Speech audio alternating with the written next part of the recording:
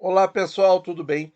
Vamos ver aqui a pergunta do Alan, que é uma pergunta que, na verdade, para responder exatamente, a gente deveria fazer um estudo bastante extenso, pessoal, bastante extenso, tá? Isso aí é um estudo que vai demandar várias horas aí para fazer. Olha só a hipótese dele. Esses dias eu estava pensando na seguinte comparação: dois cenários com o IPCA 45. Aporte de R$ 1.000 todos os meses, aporte constante, que é uma estratégia que eu gosto muito. Você está sempre aportando, sempre investindo. Isso é o melhor jeito de, de acumular, né? Porque você vai estar sempre comprando títulos.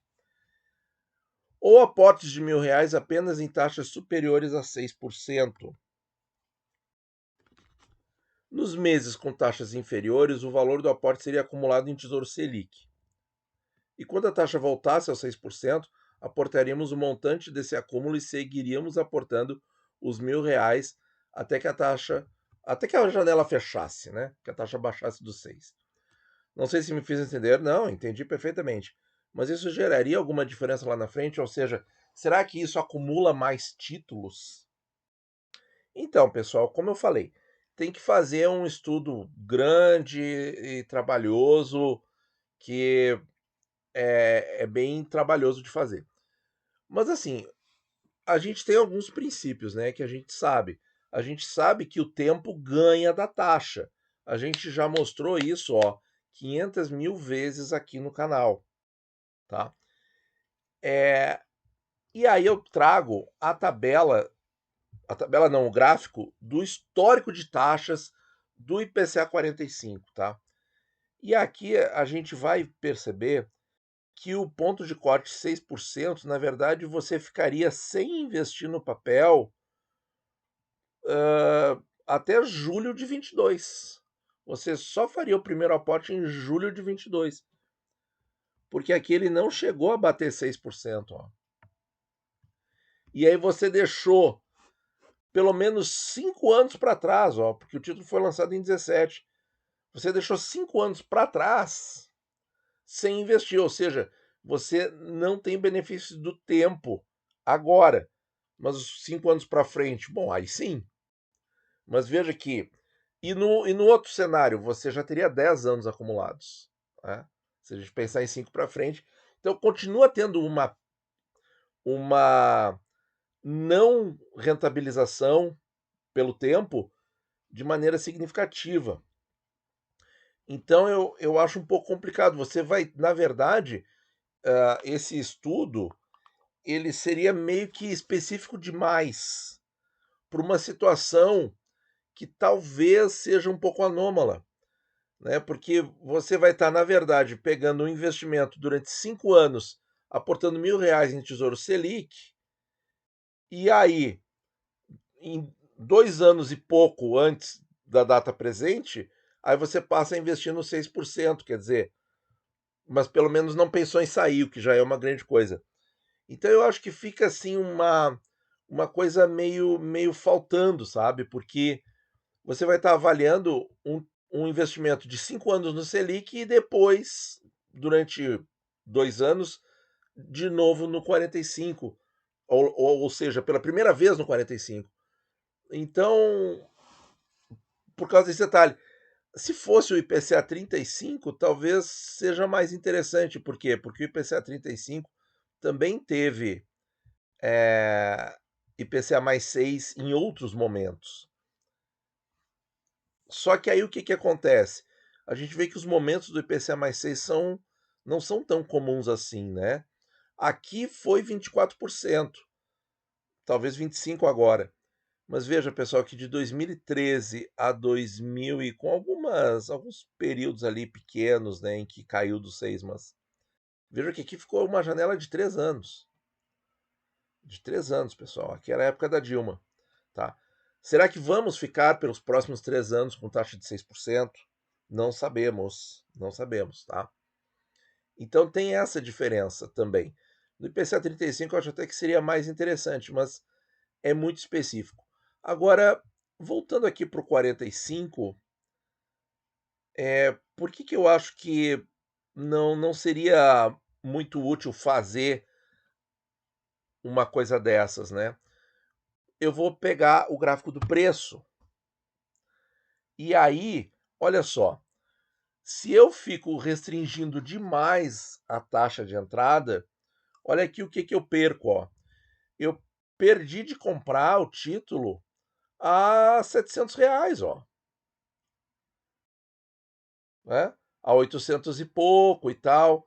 Ah, se eu compro todo mês, sim, eu vou ter compras a 1.500 que até agora não recuperaram. Por quê? Porque a duration é muito longa, né? Tem que dar mais tempo, mas vai recuperar. Vejam, pessoal, esse título está na casa de 1.200 com taxa de 6,3. Então, quer dizer, ele voltar para um patamar de 5, meu Deus do céu, esse título vai para R$ 1.800, né? A gente fez algumas simulações aqui com os membros.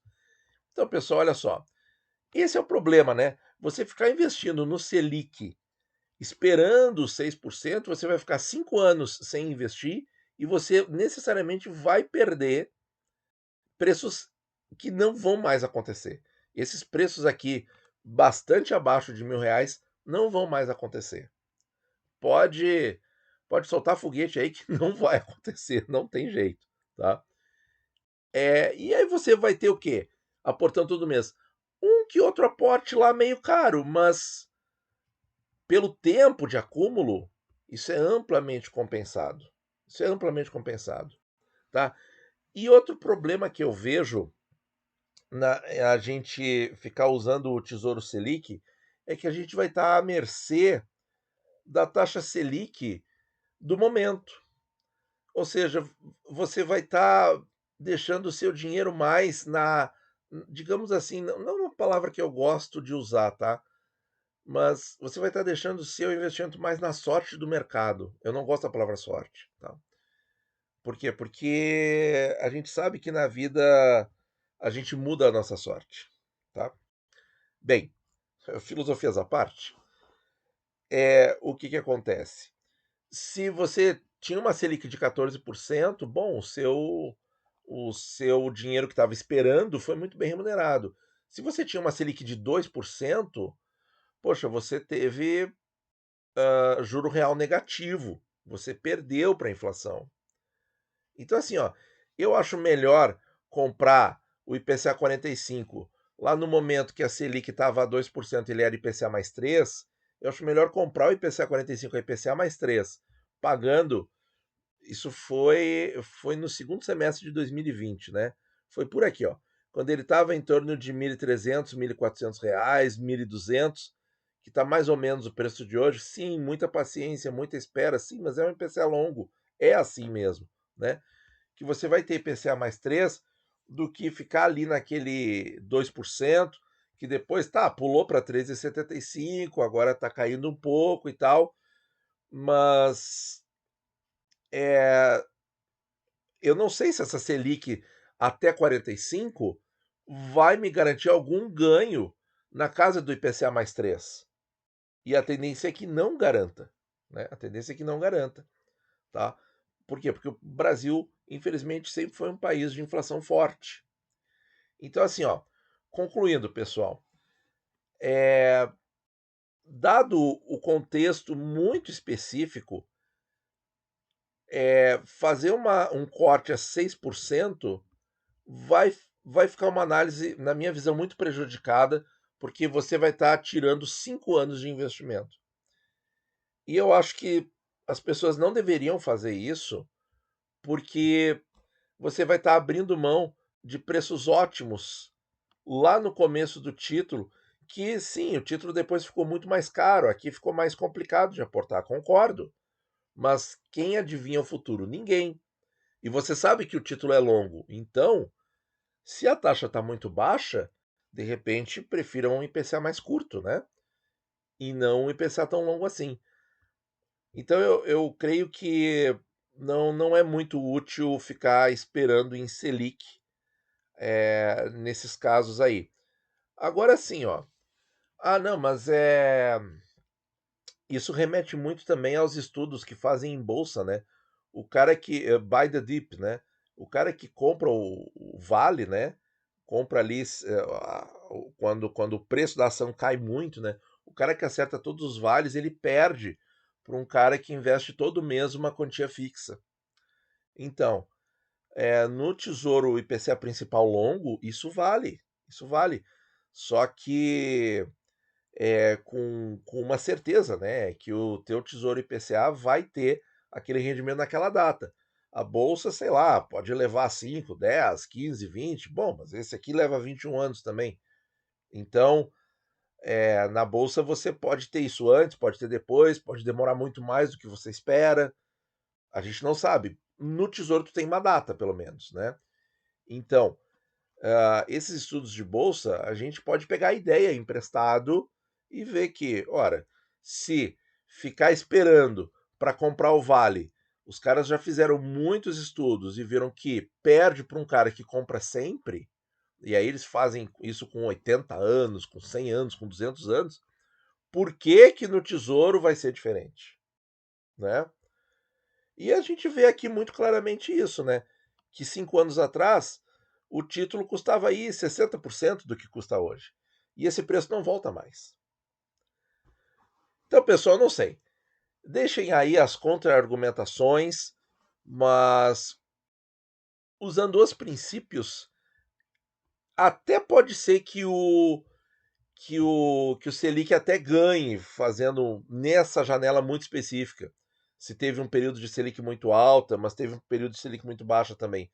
Mas aí traz uma aleatoriedade para o investimento, coisa que a gente não gosta. A gente gosta de certeza no investimento, a gente não gosta de aleatoriedade.